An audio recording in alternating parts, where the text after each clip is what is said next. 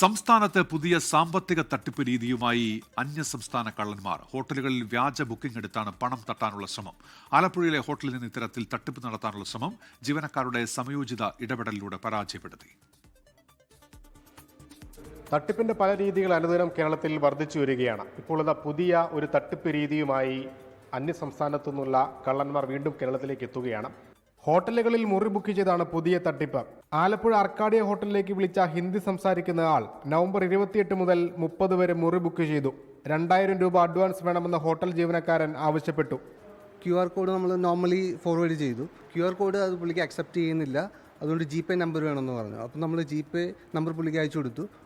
അപ്പോൾ പുള്ളി എനിക്കൊരു സ്ക്രീൻഷോട്ട് ഇട്ടു. ഓൾറെഡി ക്രെഡിറ്റഡ് 12,000 സംതിങ് എന്ന് പറഞ്ഞാൽ പുള്ളി ഒരു സ്ക്രീൻഷോട്ട് ഇട്ടു.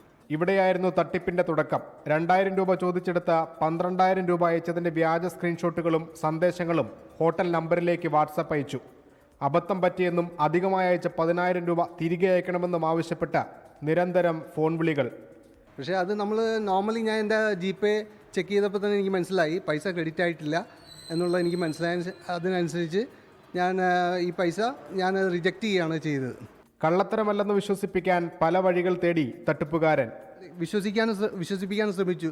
ഒരു പട്ടാളക്കാരൻ്റെ വേഷത്തിലാണ് പുള്ളി ഇരുന്നിരുന്നത്. അത് നമുക്കത് അപ്പം തന്നെ ആ സംശയം തോന്നിയിരുന്നു. വൻകിട ചെറുകിട ഹോട്ടലുകളിൽ റൂം ബുക്ക് ചെയ്യാനെന്ന വ്യാജേന വിളിച്ച് പണം തട്ടാനുള്ള പുതിയ മാർഗത്തെ കരുതിയിരിക്കണമെന്നാണ് പോലീസ് പറയുന്നത്. ഇതാണ് അന്യസംസ്ഥാന കള്ളന്മാരുടെ പുതിയ തട്ടിപ്പ് രീതി. ഇതിൽ പെട്ടുപോകാതിരിക്കാൻ ചെറുകിട സംരംഭകരടക്കം ശ്രമിക്കേണ്ടതുണ്ട്. ആലപ്പുഴയിൽ നിന്ന് ഷിബിൻ ബഷീറിനൊപ്പം അശ്വിൻ പാലാഴി, 24. ലോകത്തെവിടെയായാലും ഏത് സമയത്തും 24 വാർത്തകളും ഓഗ്മെന്റഡ് റിയാലിറ്റി പാക്കേജുകളും എക്സ്പ്ലെയിനറുകളും വിശദമായി കാണാൻ ഞങ്ങളുടെ യൂട്യൂബ് ചാനൽ നിങ്ങൾക്ക് സബ്സ്ക്രൈബ് ചെയ്യാം.